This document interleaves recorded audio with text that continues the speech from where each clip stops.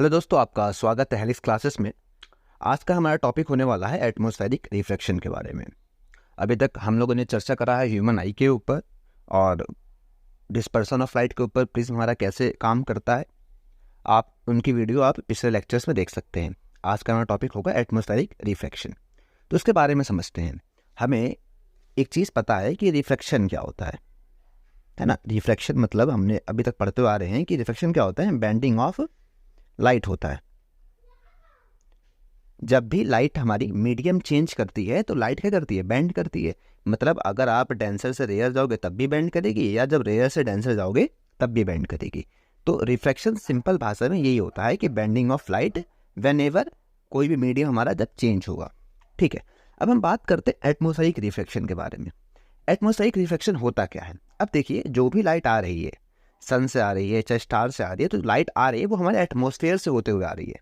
और आप लोगों ने बचपन में पढ़ा होगा कि एटमॉस्फेयर में काफ़ी सारे लेयर्स होते हैं, है ना। फॉर एग्जांपल अगर देखा जाए, देखिए, तो एटमॉस्फेयर में सबसे पहला क्या है, एक्सोस्फेयर है, फिर थर्मोस्फेयर, फिर मेसोस्फेयर, स्ट्रेटोस्फेयर और ट्रोपोस्फेयर। तो ये सब लेयर हमारी मौजूद है। अब सपोज करिए हमारा सन से लाइट आ रही है, या सपोज करिए हमारा ये क्या है, सन है। जब ये सन से लाइट हमारे अर्थ पर आएगी ना, तो ये जो एक्सोस्फेयर है, एक्सोस्फेयर की अपनी कुछ डेंसिटीज होंगी, है ना। थर्मोस्फेयर का अपना कुछ डेंसिटी होगा, मेसोस्फेयर का अपना कुछ डेंसिटी होगा। तो सारे जितने भी एटमॉस्फेयर के लेयर हैं उनकी डेंसिटी जो है वो क्या करेगी, वेरी करेगी। उनकी डेंसिटी क्या करेगी, हमारी वेरी करेगी। जिससे क्या होगा, कोई भी मीडियम जो है वो क्या बन जाएगा, रेयर और डेंसर बन जाएगा। और हमें पता है जब भी हमारा मीडियम चेंज होगा तो लाइट का रिफ्रैक्शन होगा। ठीक है, तो यहाँ से क्या होगा, ये जो लाइट आ रही है यहाँ पे एंटर करिए, ऐसे मुड़ जाएगी, फिर कहीं से ऐसे मुड़ जाएगी, ऐसे मुड़ जाएगी। तो चीज़ें क्या होंगी, बैंड होते हुए आएंगी।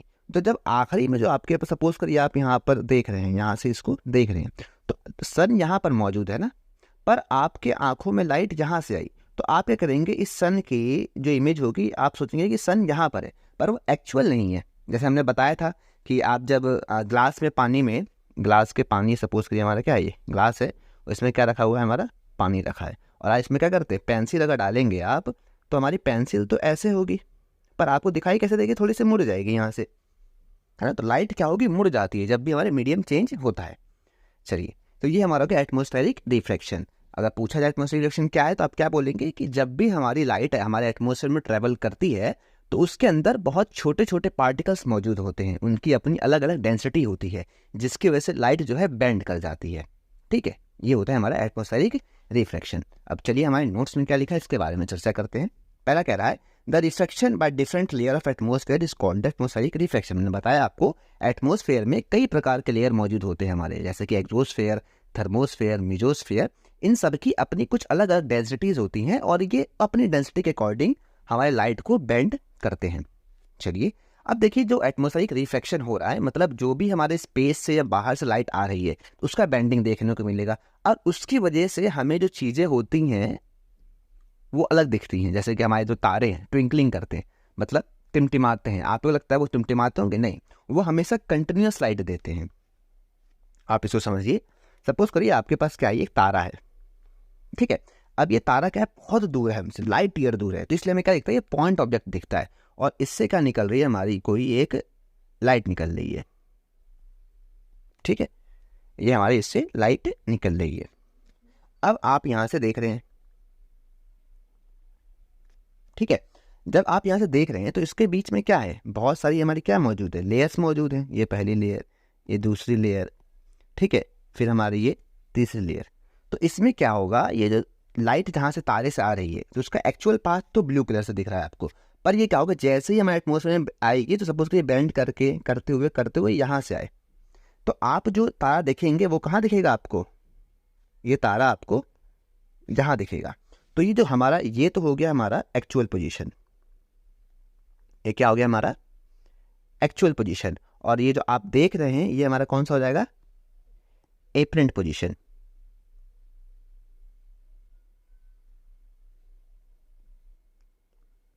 है ना। तो इसी प्रकार से हर बार क्या होगा, अलग अलग तरीके से लाइट आएगी। तो कभी आपको तारा यहाँ दिखेगा, कभी तारा यहाँ दिखेगा, कभी तारा यहाँ दिखेगा, तो जिसकी वजह से आपको लगेगा कि तारा क्या चल रहा है, वो नॉन कंटिन्यूस वे में लाइट दे रहा है, टिमटिमा रहा है, वो क्या कर रहा है, ट्विंकलिंग कर रहा है स्टार।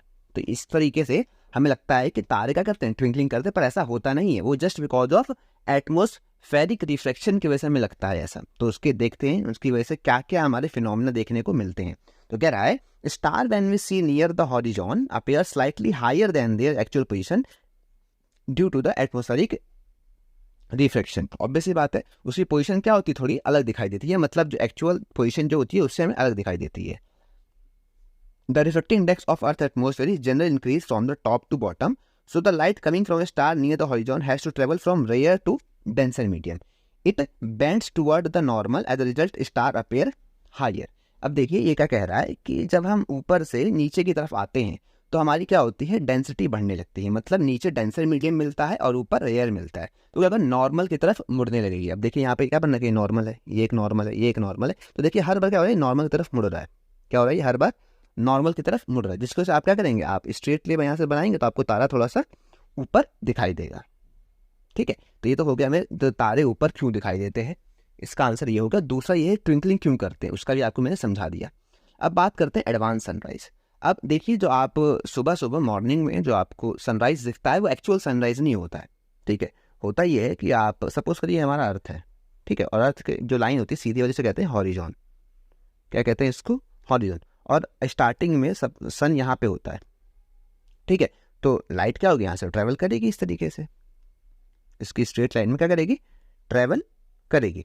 जब ये लाइट ट्रैवल करेगी तो क्या होगा, ये एटमॉस्फेयर में आएगी और एटमॉस्फेयर इसको रिफ्लेक्शन करता हुआ हमारे आंखों तक आएगा। तो आपको लगेगा कि नहीं सन की पोजीशन यहाँ पर है, तो आपको एक्चुअल तो ये है पर आपको पहले ही दिख जा रहा है। तो ये क्या है, अर्ली सनराइज है, क्या अर्ली सनराइज। और सेम प्रकार से जब हमारा सूरज डूबेगा तो आपको क्या लिखेगा, थोड़ा ऊपर दिखाई देगा। कि इसलिए क्या होता है, हमारा दिन का जो समय होता है 4 मिनट से बढ़ जाता है। ठीक, मतलब आपको जब सूरज सनराइज होता है तो आपको 2 मिनट पहले दिख जाता है, और जब सनसेट हो जाता है फिर भी 2 मिनट तक आपको सन दिखता रहता है। तो इसकी वजह से हमारे दिन का जो टाइम होता है वो 4 मिनट से बढ़ जाता है। ठीक है, अब देखिए आपके बगल में इमेज लगा रखी है, इसमें अच्छे समझा रहा है आपकी ट्विंकलिंग होती क्यों है। मैंने आपको बताया था सपोज एक ही तो स्टार है ये, पर ये हर बार क्या हो रहा है, इसकी लाइट जो हो रही है रिफ्लेक्ट करके आपको अलग अलग पोजीशन से आपके आंखों में जा रही है ना, अलग अलग पोजीशन से आपकी आंखों में जा रही है। तो आप क्या करेंगे, अपने इमेज क्या करेगा, आपके उस पाथ को ट्रेस करेगी स्ट्रेट लाइन में पीछे की तरफ। तो हर बार क्या होगा, आपको अलग जगह पे वो चीज़ दिखाई देगी। तो कभी जैसे नहीं होता, आप बल्ब जलाइए, कभी switch off of on off करेंगे तो लगेगा हाँ वो टिमटिमा रहा है, उसकी पोजीशन चेंज हो रही है। चलिए, उम्मीद आपको समझ में आ रहा होगा। अब बात करते हैं एडवांस सनराइज की। मैंने आपको बताया the sun appears about 2 minutes earlier than the actual sunrise and the sun remains visible for 2 minutes after actual sunset, है ना। मतलब हमारे दिन की पूरी जो टाइम होता है वो 4 मिनट से बढ़ जाता है। मैंने आपको बताया क्यों, एटमॉस्फेरिक रिफ्लेक्शन की वजह से। सन हमारा एक्चुअली नीचे होता है पर उसकी लाइट हमारे आंखों तक रिफ्लेक्शन के द्वारा आती है, तो हमें वो जल्दी दिखाई देता है सन। तो देखिए when the sun is below the horizon, मैंने आपको बताया कि सन हमारा क्या होगा, हॉरिजन से नीचे होगा। The ray have to pass to rare to denser medium, मैंने आपको बताया था ना, जैसे आप एटमॉस्फेयर में एंटर करते हो तो आप कहाँ से रेयर से डेंसर हो जाते हो। ठीक है, मतलब कि सबसे रेयर कौन होगा, एक्सपोस्फेयर, फिर उसके बाद थर्मोस्फेयर, और सबसे डेंसर कौन सा होगा हमारा, ट्रोपोस्फेयर। ठीक है, तो क्या होता है, तो so rays bend toward the normal, मैंने बताया वो कहाँ बेंड करेगी, नॉर्मल की तरफ बेंड करेगी। As result sun appear higher than its actual position. मतलब देखिए वास्तविकता में सन कहाँ है, नीचे है, पर वो रेयर से डेंसर जाएगी जिसकी वजह से वो नॉर्मल तरफ मुड़ती रहेगी। अब जब नॉर्मल तरफ मुड़ेगी तो आपको कहाँ दिखाई देगा, सन थोड़ा सा ऊपर दिखाई देगा। ठीक है, ये हमारा होता है। चलिए यहाँ पे दिखा रखा है आपको अच्छे से, इसको समझते। देखिए सन क्या है, एक्चुअल पोजीशन इसकी यहाँ पर है, पर ये जो लाइट है ये हमारी ऐसे गई है ना, तो देखिए बेंड करती जा रही है हमारी नॉर्मल की तरफ, है ना। ये नॉर्मल तरफ बेंड करेगी तो आप यहाँ पे जो खड़े होंगे तो आपको क्या दिखाई देगा, सीधी दिखाई देगी। और फिर अपने आप इस लाइट को क्या करोगे, ट्रेस करोगे, तो आप तो स्ट्रेट लाइन में ट्रेस करोगे ना, तो आपको कहाँ दिखाई देगी, वो हॉरिजॉन से ऊपर दिखाई देगा। ठीक है, चलिए अगला बात करते हैं ट्विंकलिंग ऑफ स्टार्स। मैंने आपको बता दिया कैसे होता है। स्टार वेरी फार फ्रॉम, मैंने बताया आपको बहुत दूर है। Behave as a point source of light, मैंने ये बताया कि कैसे बिहेव करते हैं वो पॉइंट सोर्स लाइट के। Since the physical condition of earth atmosphere not constant, the light from star appear to come different direction. मैं आपको बताया था कि हम जब अपने एटमॉस्फेयर की बात करते हैं उसमें डिफरेंट प्रकार के लेयर मौजूद है और उनकी डिफरेंट डेंसिटी मौजूद है। This in the fluctuation of apparent position of star. मैंने बताया कभी लाइट इस पाथ से आएगी, कभी लाइट इस पाथ से आएगी, है ना। तो हर बार क्या होगा, आपको अलग अलग जगह पे तारा दिखाई देगा, ठीक है। इसलिए हमें लगता है कि तारे क्या कर रहे हैं, ट्विंकलिंग कर रहे हैं। The amount of light coming from the star always vary due to changing refractive index of atmosphere. में आपको ये बता दिया था कि हमारे एटमॉस्फेयर का रिफ्रैक्टिव इंडेक्स चेंज होता है बिकॉज हमारे एटमॉस्फेयर में कई प्रकार की लेयर्स मौजूद है। The star appear bright when more light from star reaches our eye and the same star dull when the less amount of light reaches our eye, ठीक है। तो इससे क्या होगा, आपको लगेगा स्विच ऑन ऑफ हो रहा है, ठीक है। आप सपोज करिए इस चीज़ को ऐसे समझिए, सपोज करिए लाइट आ रही है, ठीक है, और बीच में क्या आ गया, एक ऑब्स्टिकल्स आ गया, कोई पार्टिकल आ गया। तो इस समय आपके आंखों के पास कोई भी लाइट नहीं आएगा, तो आपको लगेगा तारा ऑफ हो गया है। पर यही केस में अगर मैं इसको हटा दूं, इस पार्टिकल को, तो क्या होगा, अब ये जो लाइट है आपके आंखों में आएगा, तो आपको लगेगा नहीं तारा ऑन हो गया है। तो ये on off switch on off create कर देता है हमारे आंखों में, ठीक है। उम्मीद आपको समझ में आ रहा होगा। चलिए आगे देखते हैं कि चलिए तो तारे तो ट्विंकल करते हैं पर प्लैनेट्स ट्विंकल क्यों नहीं करते हैं, क्यों? क्योंकि देखिए प्लैनेट्स जो है काफ़ी पास में है, ठीक है। पास में होने की वजह से उनका हम जो साइज़ है पॉइंट साइज नहीं मान सकते, उनका साइज़ काफ़ी बड़ा होता है। तो वहाँ बहुत डायरेक्शन से लाइट देते हैं। तो वहाँ पे चलिए एक पार्टिकल ने इसको रोक सकता है, दो पार्टिकल रोक सकते हैं, पर सारी लाइट को सारे पार्टिकल रोक नहीं सकते ना। इसलिए हमें हमेशा कांस्टेंट हमारे आंखों में लाइट आती रहती है प्लैनेट्स की, इसलिए हमें वो टिमटिमाते हुए नहीं दिखते हैं, ठीक है। पर वही सूरज ग्रहण लग जाए, इसके सामने पूरा एक चंद्रमा आ जाए, ये ना पूरी लाइट को ये क्या कर देगा, ब्लॉक कर देगा। उस केस में लगेगा हाँ जी भाई सूरज गायब हो गया, वो भी नहीं हो पाता है पूरा सही से। देखिए क्या लिख रहा है, why do planets not twinkle, the planets are much closer to the earth and are thus seen as extend source. मैंने बताया काफी पास में है। If we consider planet a collection of large number of points, obviously बात, अगर इतना बड़ा प्लैनेट है तो उसके अंदर बहुत सारे क्या देंगे, हमारे पॉइंट्स आ जाएंगे ना, बहुत सारे पॉइंट और सबकी क्या होगी, अपनी अपनी लाइट सेंड करेंगे वो। Source of light, the total variation in amount of light entering our eye from our individual size source will average out to zero, will nullify the twinkling effect. मैंने आपको बताया कि इसको सारे रेस को particles के द्वारा कवर करना क्या है, इम्पॉसिबल है। तो एक दो अगर कवर भी हो जा रही है तो हमारी आंखों में प्रॉपर लाइट तो आ रही है ना, तो इस चीज़ को क्या करती है, नलिफाई कर देती है। मतलब ट्विंकलिंग इफेक्ट जो होता है वो नलिफाई हो जाता है, ठीक है। अब अगला पढ़ते हैं, बहुत इंपॉर्टेंट है हमारा, क्या है, स्कैटरिंग इफेक्ट। क्या है स्कैटरिंग इफेक्ट, इस चीज़ को समझते हैं। सपोज करिए आपके पास क्या है, कोई सोर्स ऑफ लाइट है या टॉर्च ही मान लीजिए, ठीक है। इससे क्या करा आपने, एक लाइट सेंड करा और बीच में एक क्या पड़ गया, पार्टिकल पड़ गया। अब ये पार्टिकल जो है ये चाहता है, ये कौन सा पार्टिकल है हमारा, ओपेक पार्टिकल है। कौन सा है हमारा, ओपेक पार्टिकल है। अब ये क्या करेगा, अपने अंदर से लाइट को तो पास करेगा नहीं, ठीक है। और इसकी इतनी औकात भी नहीं है कि इस लाइट को क्या करे, बाउंस बैक कर दे कि नहीं भाई तुम वापस जाओ। इसको इतनी औकात नहीं है कि इस लाइट को क्या करे, रिफ्लेक्ट कर दे। तो ये हो नहीं पाएगा बिकॉज इसकी इतनी औकात नहीं है। तो क्या करेगा, ये लाइट को डिफरेंट डायरेक्शन में स्कैटर कर देगा, ठीक है। तो ये क्या देगा, अलग अलग डायरेक्शन में स्कैटर इसको कर देगा, जिसकी वजह से क्या होगा, ये जो लाइट आ रही है वो अलग अलग कलरों में टूट जाएगी, है ना। अलग अलग कलर मतलब अपने वेवलेंथ के अकॉर्डिंग टूट जाएगी। मैंने आपको बताया था कल ही, डिस्पर्सन जो होता है वो वेवलेंथ के इनवर्सली प्रोपोर्शनल होता है। सेम प्रकार से हमारा जो स्कैटरिंग होता है वो इनवर्सली प्रोपोर्शनल किसको होता है, वेवलेंथ के, ठीक है। और वेवलेंथ को हम दिखाते हैं किससे, लैम्डा से। किससे दिखाते हैं हम लोग, ये हमारा साइन क्या है, लैम्डा, ठीक है। अब देखिए जो हमारा विबग्योर है, बेसिकली हम देख सिर्फ किसको पाते हैं, विबग्योर को, violet, indigo, blue, green, yellow, orange और रेड। अब देखिए जो ये रेड है और ये जो वॉयलेट है, ये जो वॉयलेट है ना, इसका क्या है, मिनिमम वेवलेंथ है। क्या है इसका, मिनिमम वेवलेंथ है। और रेड का क्या है, मैक्सिमम वेवलेंथ है, ठीक है। तो क्या होगा, जो मिनिमम वेवलेंथ वाला है तो क्या करेगा, सबसे ज़्यादा स्कैटर करेगा। तो ये करेगा, ये मैक्सिमम स्कैटरिंग शो करेगा। ये क्या शो करेगा, हमारा मैक्सिमम स्कैटरिंग शो करेगा। हालांकि ये क्या करेगा, मिनिमम स्कैटरिंग शो करेगा, ठीक है। चलिए अब इस चीज़ को समझते हैं। आपने अक्सर सुना होगा प्रचार नहीं प्रचार से तो बिजनेस बनता है। अगर आपको किसी चीज़ का बार बार ऐड दिखाया जाएगा, बार बार ऐड दिखाया जाए, तो सिर्फ आपके दिमाग में वही चलेगा। आप कहीं दुकान में जाते हैं, आपने मैगी खरीदते हैं, है ना, तो आप मैगी बोलते हैं yippee मैगी दे दो, आपके दिमाग में मैगी की बात चल रही है ना, है वो नूडल्स, पर आप उसको नूडल्स को एक मैगी ने पूरा मार्केट को कंज्यूम कर रखा है, ठीक है। फिर सेम प्रकार से आप जब सॉफ्ट ड्रिंक या कोल्ड ड्रिंक लेने जाते हैं तो आप पेप्सी बोलते हैं, कोका कोला वाली पेप्सी दे दो। सेम प्रकार कोलगेट वाला, मतलब जो ज़्यादा फैलता है आपका इफेक्ट ज़्यादा देर तक रहता है, ठीक है, हर तरफ वही फैलता रहेगा। तो अब देखिए सबसे ज़्यादा फैल कौन रहा है हमारा, ब्लू फैमिली, और सबसे कौन फैल रहा है हमारी, रेड फैमिली। तो आपको ज़्यादातर चीज़ें क्या दिखाई देंगी, ब्लू दिखाई देंगे, है ना। आपको आसमान में क्या दिखाई देता है, ब्लू दिखाई देता है, ठीक है। चलिए ये हमारा समझ में आ गया स्कैटरिंग होता क्या है। स्कैटरिंग जो होता है वेवलेंथ के अकॉर्डिंग फैलता है, ठीक है, और सबसे कम वेवलेंथ जिसकी होगी वो सबसे ज़्यादा फैलेगा। तो हमारी जो ब्लू है उसकी सबसे कम वेवलेंथ है, वो सबसे ज़्यादा फैलेगा, ठीक है। तो अब इसको समझते हैं इसकी वजह से क्या क्या होता है, ठीक है। अब देखिए आप लोगों ने देखा होगा, अब देखिए सन में क्या है, वाइट लाइट है। वाइट लाइट जब आएगी तो हमारे एटमॉस्फेयर में यहाँ पे क्या मौजूद है, हमारे बहुत सारे पार्टिकल्स मौजूद है। जब पार्टिकल्स मौजूद हैं तो उसका क्या करेगा, स्कैटर करेगा, लाइट को क्या करेगा, ये स्कैटर करेगा। तो स्कैटर करेगा, सबसे ज़्यादा स्कैटर कौन होगा, हमारा ब्लू लाइट, ठीक है। अब ये कौन सा समय है, 12 बजे का नून का समय है, दोपहर का समय है। तो देखिए हमारा उस वक्त जो सन होता है वो शॉर्टेस्ट डिस्टेंस पे होता है, तो एकदम सन हमारे अर्थ के ऊपर होता है। तो ये कौन सा डिस्टेंस है हमारा, सबसे शॉर्टेस्ट डिस्टेंस है।